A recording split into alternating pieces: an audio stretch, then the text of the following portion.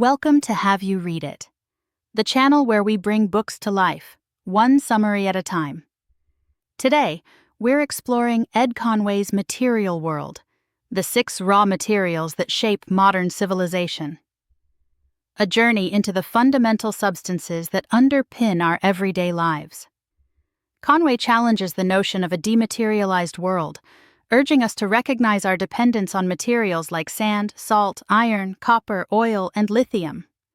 Conway begins with a personal anecdote, detonating explosives at a gold mine, which prompts him to question the true cost of the materials that support modern society. He realized that while gold is considered valuable, it's not necessarily essential, and he wonders what it takes to extract the materials we really need. The book's introduction sets the stage by contrasting the ethereal world of digital services with the material world of extraction and manufacturing. It highlights a key paradox. While developed economies appear to be using fewer resources per dollar of income, global material consumption is actually increasing, driven by demand for infrastructure and consumer goods. Part 1. Sand, Chapter 1, Homo Faber, opens with the story of Libyan desert glass, formed by a meteor strike millions of years ago. This leads into a discussion of sand as a ubiquitous yet often undervalued resource, essential for everything from concrete to computer chips. Here, Conway highlights the diverse types of sand and their specific uses, from construction to glassmaking. He also touches on sand mafias and illegal mining, underscoring the growing scarcity of certain sands and the environmental damage caused by their extraction. The narrative then shifts to the historical importance of glass, detailing how glass lenses enabled scientific advancements during the Renaissance and the Industrial Revolution. The story of Venetian glassmaking and the secrets of Murano artisans illustrates the strategic value placed on this material. In Chapter 2, Built Upon Sand, the narrative transitions to concrete, highlighting its vital role in modern construction and urbanization. Conway emphasizes its transformative impact on infrastructure and living standards in developing countries, but also recognizes its negative environmental consequences. Conway also touches on the environmental impact of sand mining. This includes the damage done to river ecosystems through dredging and coastal erosion, underlining the urgent need for sustainable practices. Chapter 3, The Longest Journey, is devoted to silicon and its transformation into computer chips. Conway describes the complex processes involved, from quartzite quarries to semiconductor foundries, emphasizing the global scale and intricate supply chains. The chapter highlights the story of Lochaline, a mine in Scotland that provides ultra-pure silica sand crucial for optical glass. It describes the role of this sand in producing lenses for military equipment during World War I, and it underscores the link between resource control and national security. The narrative circles back to the present, pointing to a global shortage of semiconductors and how it could potentially be resolved by China. He emphasizes the strategic importance of this material and the political tensions surrounding its production. Part 2. Salt, Chapter 4. Salt routes. The story then shifts to salt. Salt is presented as a vital ingredient for both human health and the chemical industry, essential for food preservation, sanitation, and the manufacture of various chemicals.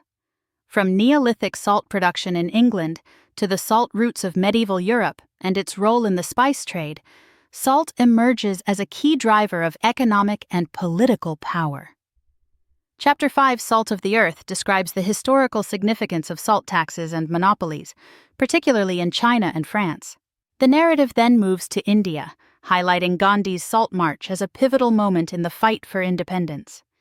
He also reflects on the modern significance of salt, particularly in the chemical industry. The chloralkali process, which uses salt to produce chlorine and caustic soda, is presented as a cornerstone of modern manufacturing and sanitation. Chapter 6, The Fire Drug, covers a very different type of salt, saltpeter. It discusses its importance as a fertilizer and its role in gunpowder production. Here, he covers the discovery of Chilean nitrates and their impact on global agriculture and warfare. The story includes Chile's rise as a resource superpower and the subsequent development of synthetic fertilizers, which transformed global food production. The impact of nitrates, it turns out, is no less awe-inspiring, and it has implications for understanding today's environmental challenges. Part 3. Iron. Chapter 7, You Don't Have a Country, transitions to iron, covering the destruction of the Azovstal steel plant in Mariupol during the Russian invasion of Ukraine. Iron and steel production, he notes, accounts for 7 to 8% of global carbon emissions. As the steel plant was destroyed, Conway brings up key points about steel. He explains that steel is essential to modern infrastructure and technology. The chapter touches on the history of iron smelting and the importance of steel alloys in various applications. Chapter 8, Inside the Volcano, describes the steelmaking process from mining iron ore to the use of blast furnaces and the addition of alloys. The chapter covers some of the processes that extract iron. The labor that goes into mining is also included. The process in detail is the human cost and the environmental impact associated with iron and steel production.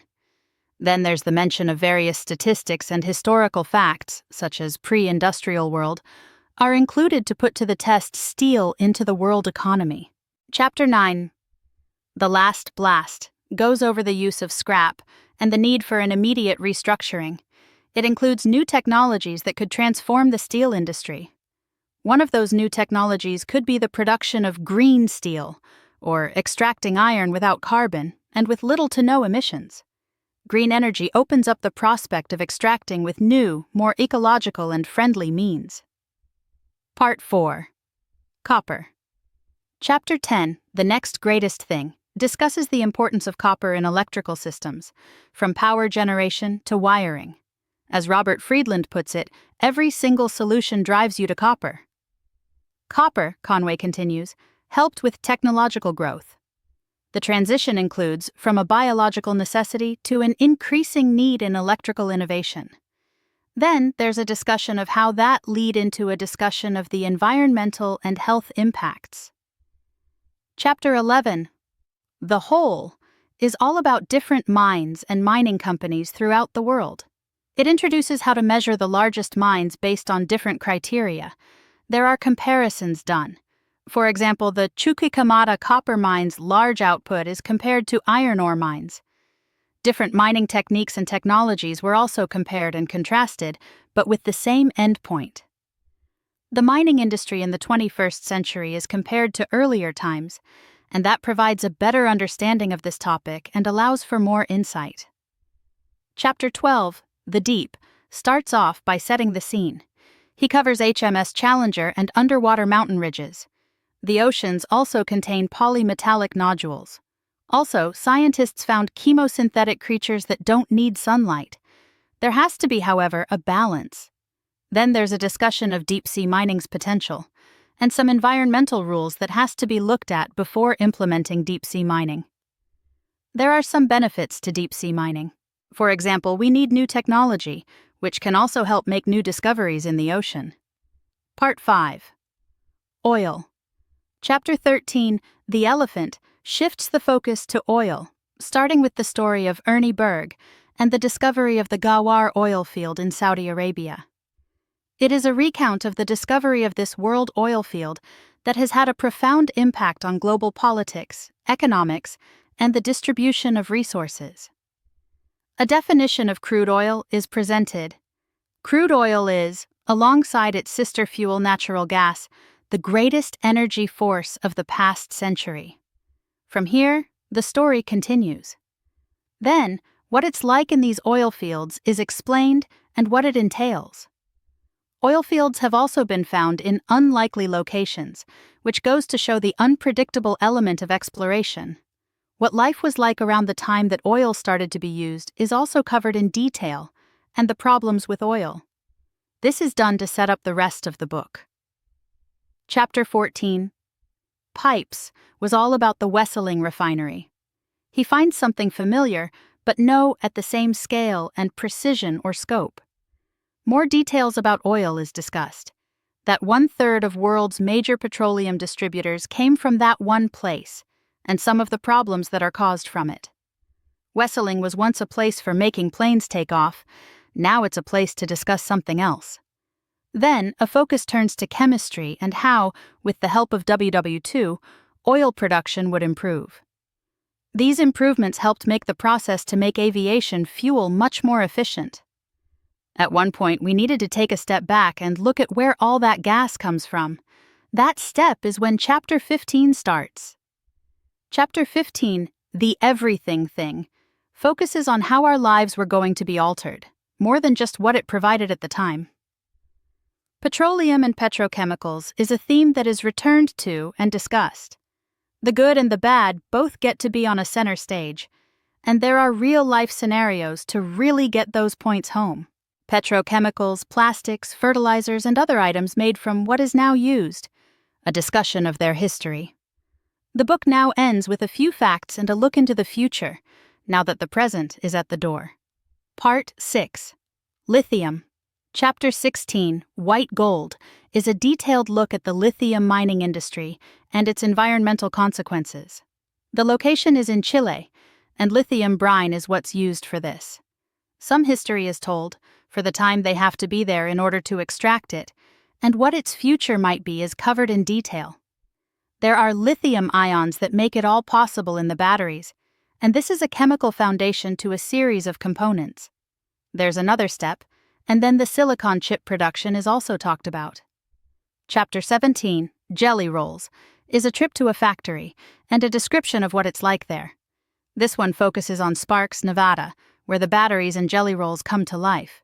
It's like a car coming off the assembly line, but the batteries and the lithium come in at the beginning and at the end. They also must go through the same tests and qualifications in order to ensure that it's a great product. CATL is an under-the-radar company whose name is hardly ever on products, is mentioned.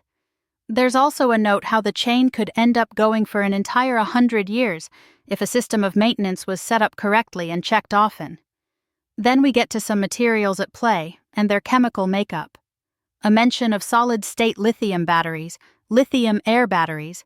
What can occur if this system is ever implemented?